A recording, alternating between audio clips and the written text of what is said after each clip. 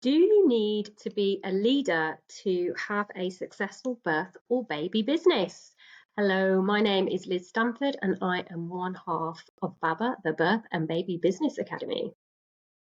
And my name's Anna Lagrange, the other half of Baba Business, the community membership that helps you turn your passion into profit. Oh, this is a good question, isn't it? Because we talk about this quite a lot because we recognize, we believe that you should be a leader if you are running a successful business, but that a lot of our listeners, a lot of our clients do not recognize themselves or even necessarily feel like they want to be a leader. And we are here in this episode to tell you it's definitely something you should be considering.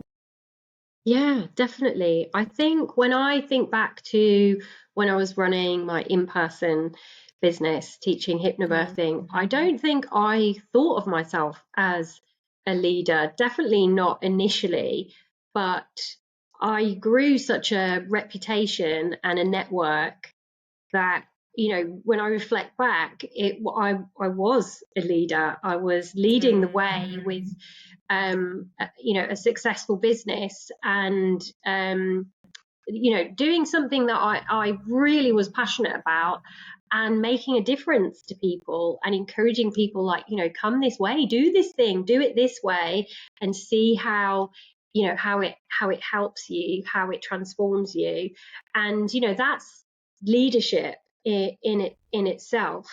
And I think the benefit of recognizing it is that when you think to yourself, I am a leader, like I have leadership qualities, then you embody a different type of confidence and a different approach to your business as well. Sorry about that. Alarm going off there. Yeah, I think being a leader isn't necessarily just about oh, I know the most about this in my area, or I'm like the best. It's Yeah. actually a lot about how you behave in your business. It's about having that CEO mindset. And it's about the actions you take in your business and the reason you take them, and growing your business. The first step really is growing yourself and, like you say, embodying that role and owning it, like being a business, like really owning your business in a sort of mature way. Yeah. And we talk about this sort of CEO mindset quite a lot because it really is important, not just to sort of be the worker bee in your business who's, I know that's what people love. They really love the supporting the families, work with families, of course, absolutely. We love that too. But Yeah.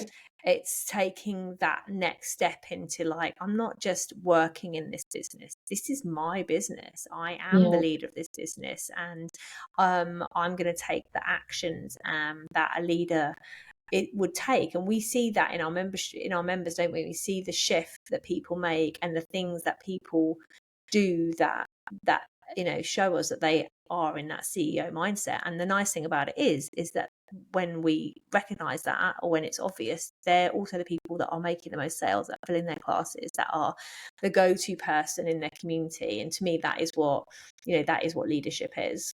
Yeah, it definitely correlates. Leadership is really understanding your business, your purpose, your mission, your values, and making sure that that is on display for people. And like you said, it's not necessarily like being, the most knowledgeable, the most experienced, or any of those things. It's really kind of standing up and saying, in whatever way, metaphorically standing up and saying, like, this is who I am, this is what I stand for, and this is who I want to help, this is who I want to support, and this is the way that I want to do it. And I think that is really, really powerful. And I don't think the whole leadership thing came that easily to me in terms of like recognizing it and embodying it. So although I'm sort of saying, that's what you should do,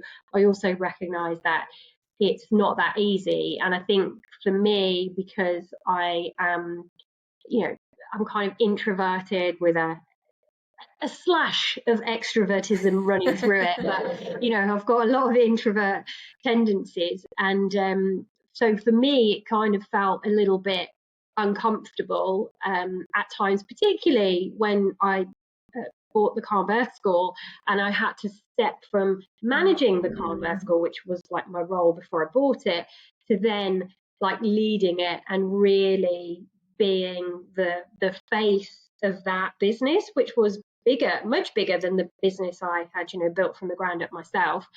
So that felt like quite a leap. But once I managed to do it, it made such a difference to just everything, So embodying the values, the mission, the purpose, and really I'm sticking my chest out as I say this, but I'm standing up and being really proud and tall in who I am and what I've achieved is also like leadership as well. So it's really interesting when you break it down and you think about that word that we think so many people shy away from.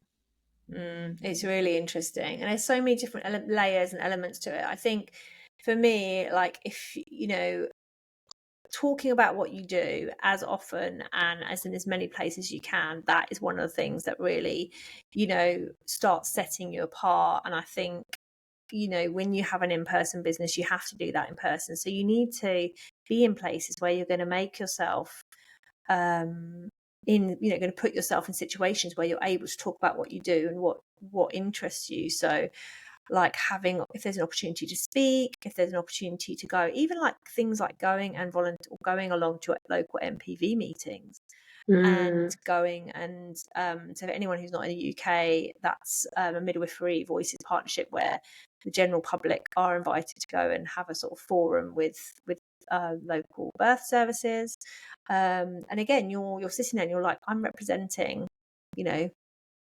parents in our area, this is what I do. And just not just a networking opportunity, it is that opportunity to be like, oh yeah, Anna LaGrange, she does that, that's what she does, down to just like the everyday marketing stuff, but anything that's helping you to become known for what it is that you do, and just saying yes to as many of those opportunities as you can. I'm still working on it here in Cape Town, and I saw a midwifery conference that was asking for speakers a few weeks ago. So I obviously put forward a proposal for that, and I've got that to go and speak at. And just like for me, that's breaking news, by the way, guys. I didn't know that was breaking news. I am speaking at the midwifery conference in Cape Town in May. Wow. Yeah, so it's very exciting. And I think, and also I encourage it's really funny when I moved over here, because there's not a lot of lactation services, not a lot of lactation sort of education and stuff that's in South Africa. And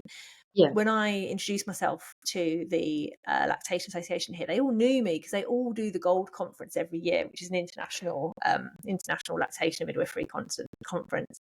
And they all knew me like, oh wow, Anna LaGrange.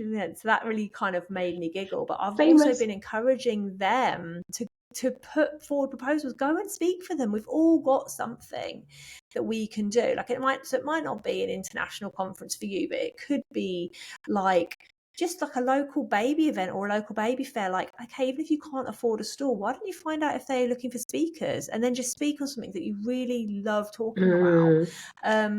There's so many different things. Why don't you see if you could write an article that's going to go into a magazine, or like it can be anything. But the more you speak about what you're passionate about and what you know, the more your confidence is going to grow, and more people are going to like stand up and listen and be like, she really knows what she's talking about, or she really passionate, loves what she does. And so all of this stuff, yes, it's marketing stuff, but it is stepping into this leadership role and being known for the person that you are, that we know you are, but the rest of the world perhaps doesn't yet. Yeah, exactly. Yeah, that's all really, really good points. And I think another thing that is connected to leadership is making decisions in your business, and making decisions that are in line with how you want your business to function. Like if you want a profitable, successful business, then you have to decide that you're going to make sales. You have to decide to put yourself out there in order to make sales, which can, which obviously, put yourself out there in terms of marketing and visibility so that people know who you are. You also have to make decisions around things like money, so if somebody, like having a procedure in place for your clients when they book on, filling out their terms and conditions, making sure you got a deposit or full payment or however that occurs in your business. Those are all like leadership decisions, and they might sound small, but if you're not doing that, you're not owning this business, you're not leading this business, you're not on your way to CEO status. So those things I think are really small but important. I think it's also taking the actions that you don't necessarily want to do. We had a client the other day say, I've learned that follow-up is really bringing me a lot of clients, and it's something that she hadn't really considered before, but she probably didn't want to do it because it feels uncomfortable. And she said, this is like really, I think she said it's doubling her sale. And that follow-up thing is really, really worked for her. Such a small thing, probably didn't feel that small to her, but it's like being brave, being courageous, and also just being like, what the heck, I'm just going to try this anyway. Like I'm going to just ignore those uncomfortable feelings. I'm going to be really, I'm serious about this business, and I'm willing to throw whatever I need to at it to make it work. Last week on the podcast, we were talking about sales, and I talked about how I noticed that I knew my gap in my business was sales. Did I want to pay money on sales training? No, I didn't. Did I even want to become good at sales? No, I would have much rather hired someone else to do it for me. Like I would not, it was not something, but that was like, I made that leadership decision for the Mindful Breastfeeding School. No, if you want this business to carry on growing, you're going to have to learn how to get better at sales and do it properly. So it's that decision making, it's that sort of like almost being the boss of yourself, being like making the grown up decisions, and sort of not coming up with all the excuses that we quite often do in our heads about why that's not going to work for us, or why this isn't, our business doesn't do that sort of thing or whatever. It's about being serious about your business. It is. Also times, all the stuff that we talk about, putting the right time into your business, prioritizing it, letting people know how important your business is, like your family members, your kids, your partner, whoever, like getting in the help that you need so that you can actually run this business properly, and it's not just a little hobby that you fit in here, there and everywhere, taking it seriously. Definitely. And part of that is investing in yourself as well when the time is right, and not putting it off for too long, because we all need help with our businesses. Like me and Anna have, coaches in various different ways, whether it's memberships or, other formats to access mentorship or help or support, because we don't know everything. We're on the way to growing and scaling our businesses, and you always need help and support with all aspects of that, whether it's systems and processes or mindset or sales and there's always something else to learn. So investing in yourself, whether that's in mentorship, coaching, is really, really important. And it's one of the reasons why we're putting on our first live in-person day, BABA Live, which is happening at the end of February, the 28th of February in Birmingham in the UK, near the sort of NEC area. It's called Resorts World. And that event is designed to help you really step into this leadership, become the CEO of your business, and understand how to get more clients, get real strong clarity on your business, your vision, your goal, your missions, where you're going. And also, not just the CEO part, which is a massive part of it, the community part as well, connecting with other birth and baby business owners, because that's really helps you step into your leadership as well. Because leadership isn't just about knocking about with the people that are, at the same level of you or ahead of you. It's also helping and mentoring and supporting the people coming up behind you. And this is something that, Anna and I have always done, whether that's on a paid basis or not, just having that, being that person to support others as they go through their journey as part of a community is really vital to your growth as a leader and to becoming a CEO of your business. So get your tickets and come and join us. Yay! Come and join us. It's going to be so good. It is very, very soon. It's on the 28th of February, and we would absolutely love to see you there. We've still got a few tickets up for grabs, so yeah, please do come and join us on the day if you're not already booked on. We would love to have you there, and we will see you on the podcast next week. Definitely. Bye. Bye.